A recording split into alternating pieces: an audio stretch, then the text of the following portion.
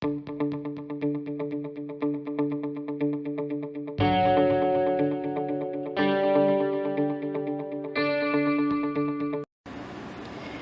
13. Since I have today off, I was thinking this morning that I have 2 more days on this challenge, and then I'm going to go freestyling for 5 days until I figure out what I'm going to do next.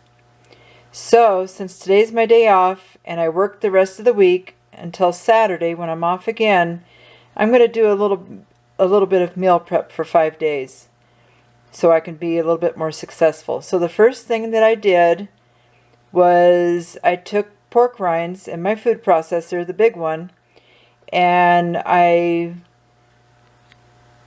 crumbled up all the pork rinds that I'm going to need for the rest of the week, because I think I'm going to have pancakes for the rest of this week. They're delicious and they're easy. And I'm thinking that if you prep them ahead of time, it's going to be a lot faster to make in the morning. So today is meal planning day and meal prep day. Come along with me and see how I do.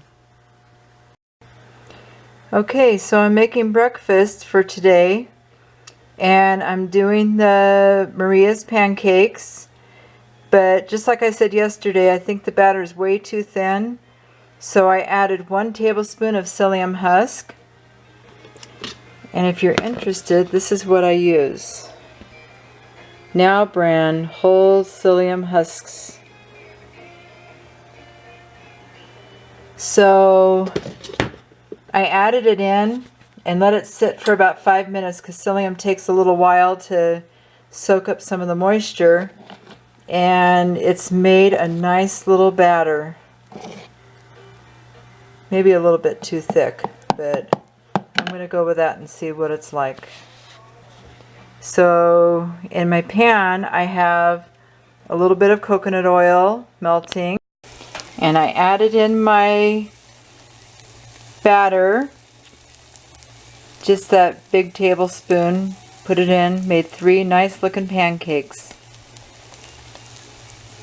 They're a little bit thicker and a little bit smaller, so I'm going to let those cook real good. And let's see what they look like when they're done. Alright, there they are. And they're a little bit thicker. Doesn't that look nice? Hot and steaming with a little bit of butter and a little bit of maple walnut syrup. So that's the key. Add a little bit of psyllium husk to the batter. Alright, breakfast meal prep is done for the next 4 days, which will get me through until my next day off. So in this container I have all the dry ingredients needed for my pancakes, and in this container I have all the wet ingredients for my pancakes, and when I get to work I'll just mix it all together and cook it, and it'll be quick and easy to do. I have the advantage because I cook for a living, so I don't have to pre-cook my ingredients. I just have to prep them and put them together. So that'll be that. And I really think that prepping is the best way to go, because I've already got the measuring cups and spoons and bowls, and everything is already dirty when I made my breakfast this morning. So just getting out a few containers and doing it while everything's out made things a lot easier for me, and a big time saver too. So just remember meal prep. That's the way to go. Breakfast. Yesterday's lunch, and boy, I'm looking forward to this. It was so good. How can cheese and avocado not be good? It was a little bit more complicated to make than I had time for yesterday. So even though it was extremely delicious, I would probably make it on a day that I had more time than I did yesterday.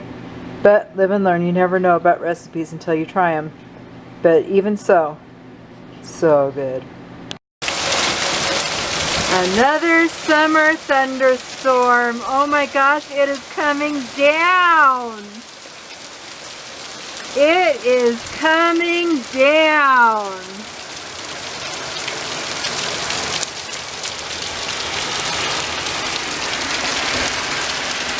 I just love these monsoon rains. Woo, it makes me happy. Alright, this is a creamy fish and broccoli casserole. And I'm not really in the mood for fish today, so I took out some chicken thighs and I'm going to cook everything, but instead of the fish I'm going to use the thighs. Alright, so I'm not really following the directions exactly, because you know me, I've just got to do my own thing and make it taste good the way I like it. So in this small baking dish I have half a pound of broccoli, 3 green onions, and a tablespoon of capers.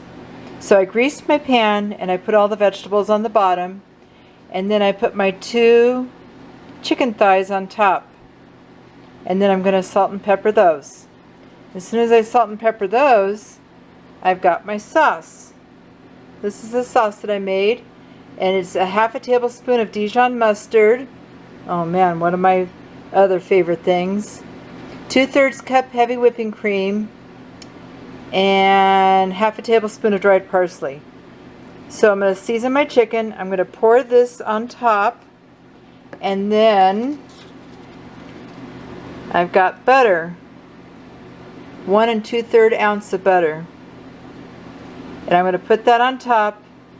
It's going to go in the oven at 400 degrees, and I'm going to bake it for about 20-25 minutes, maybe 30, until the chicken is cooked through completely. So I'll show you what it looks like when it's done. Alright, there it is, and it's going in the oven. Doesn't that look good? Woo! Alright, there it is.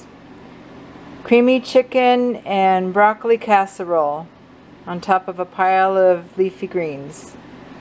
And I added in just a dab of cheddar cheese on top of the broccoli, because that's the way I roll. And it looked like it needed a little more something. So that's dinner tonight. And then lunch tomorrow, more of the same. And after I warm up my broccoli, I'll probably put a dab of cheese on top of that too. It looks delicious, and I'm gonna eat it. Alright, that's it for day 13. So today I was off of work, and I decided to plan my 5 days after my 14-day challenge is over. And I have some delicious meals planned. And I actually took them all off of the Diet Doctor website because I really liked the food that was on the 2 weeks. There wasn't very much that I didn't like, and some of it was really good. So I'm decided to go through his website and do some of his recipes.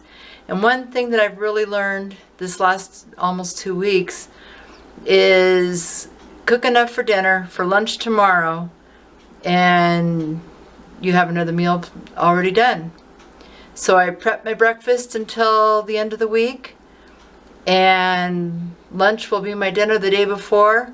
So all I really have to do is cook my dinner, which I'll have plenty of time to do for the rest of this week.